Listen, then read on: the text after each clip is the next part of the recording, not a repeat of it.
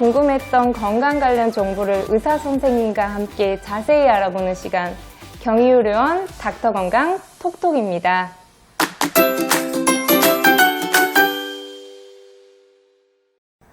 요즘 부모님들은 아이의 외모 못지않게 키에도 많은 관심을 쏟고 있는데요. 우리 아이가 잘 성장하고 있는지, 또 균형 잡힌 성장을 위해서 어떤 노력을 해야 하는지 알아보는 시간 마련했습니다. 도움 말씀을 주실 정혜운 교수께서 자리해 주셨습니다. 교수님 안녕하세요. 안녕하세요.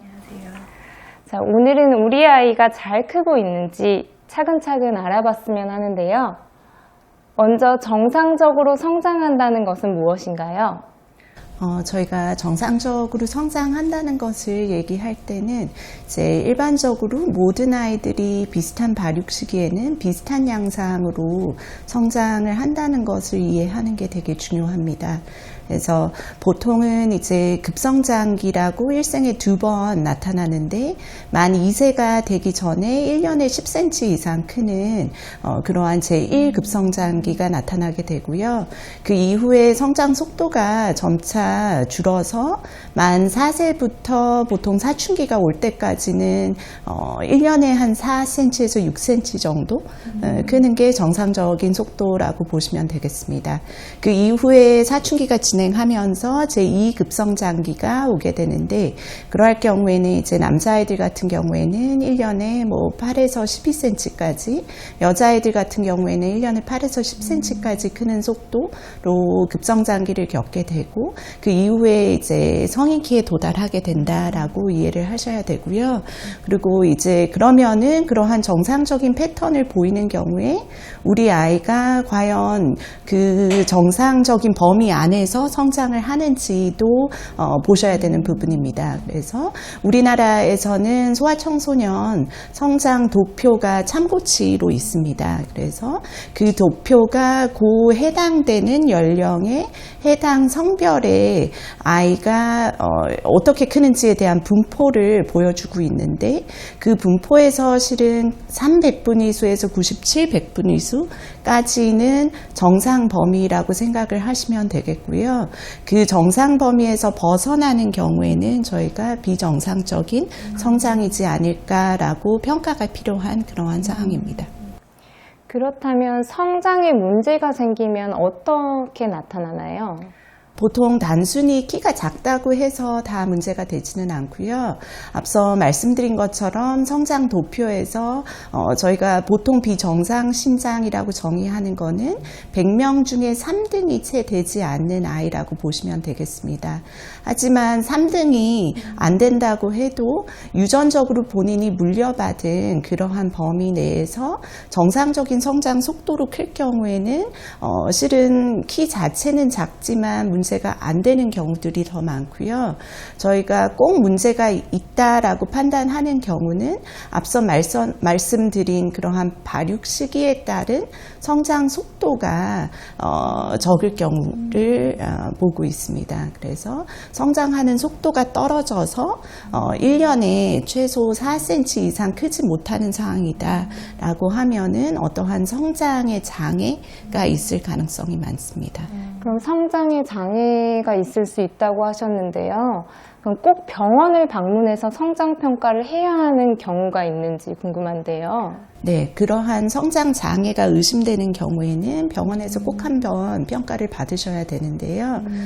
이제 1년에 4cm 정도 기준으로 보시면 되겠습니다. 그리고 꾸준히 이제 본인 아이의 키를 뭐 벽에다 마킹을 해보셔도 좋겠고요.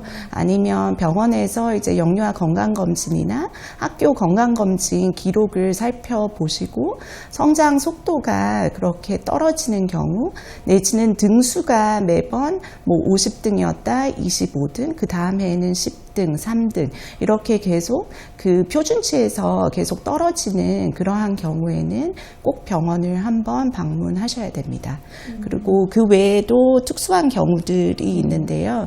예를 들어서 이제 아이가 출생 체중이 굉장히 작은 경우, 태어났을 때 몸무게가 해당 주수의 3등이 채 안 되는, 보통 만삭 기준으로 봤을 때 여아 같은 경우에는 2.7kg, 남아 같은 경우에는 2.8kg 폴로가 안 된 상태로 태어난 경우에 만 4세 때까지 따라잡기 성장이라는 것을 하는데요.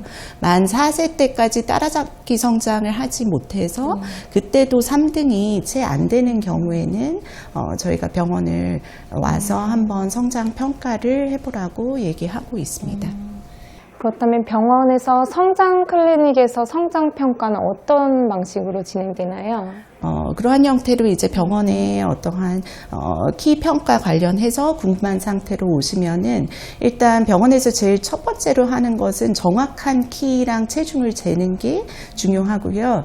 그리고 앞서 말씀드린 그러한 성장 도표와 비교해서 현재 성장 상태가 어떤지에 대한 정확한 평가가 이루어지게 되고, 문진을 통해서 그 아이의 출생력이나 과거력 그리고 가족력이 어떤지를 살펴보게 됩니다. 그리고 진찰을 해서 사춘기의 진행 정도가 어느 정도인지, 정상적으로 진행하고 있는지, 그리고 혹시 동반되는 다른 질환들이 의심되는 게 있는지를 확인을 하게 되고요. 검사로는 저희가 이제 보통 성장판 상태를 볼 수 있는 성장판 엑스레이를 진행해서 발육 상태가 어떤지, 그리고 거기 대비 키나 현재 몸무게가 어떤지 등에 대한 평가를 진행하고, 거기에 추가적으로 성장 관련해서 어떠한 성장이나 사춘기 진행에 영향을 줄 수 있는 인자들에 대한 혈액 검사도 진행하게 됩니다. 그래서 클리닉에서 그러한 검사 결과들을 봤을 때 확연하게 어떠한 문제가 있다라고 하면은 저희가 추가적인 더 정밀한 성장 호르몬 자극 검사나 호르몬에 대한 평가가 더 필요한 경우들도 있고요. 그 이후에 필요한 경우에는 성장 호르몬 치료도 클리닉에서 진행을 하게 됩니다. 성장 호르몬 치료는 무엇인지, 또 치료는 어떻게 진행하는지 궁금한데요. 성장 호르몬 치료는 말 그대로 성장 호르몬을 이제 보충 개념으로 투약을 하는 것이라고 보시면 되겠습니다. 그래서 성장 호르몬이 결핍되어 있는 아이, 아니면 어떠한 질환 때문에 키 성장에 대한 예후가 굉장히 안 좋을 경우에는 저희가 주사제로 투약을 해서 성장을 증진시키려고 노력을 하는 치료라고 보시면 되고요. 제형은 실은 여러 가지가 있어서 투약 간격이 매일 맞는 제형도 있고 일주일에 한 번 맞는 제형도 있고 합니다. 알겠습니다.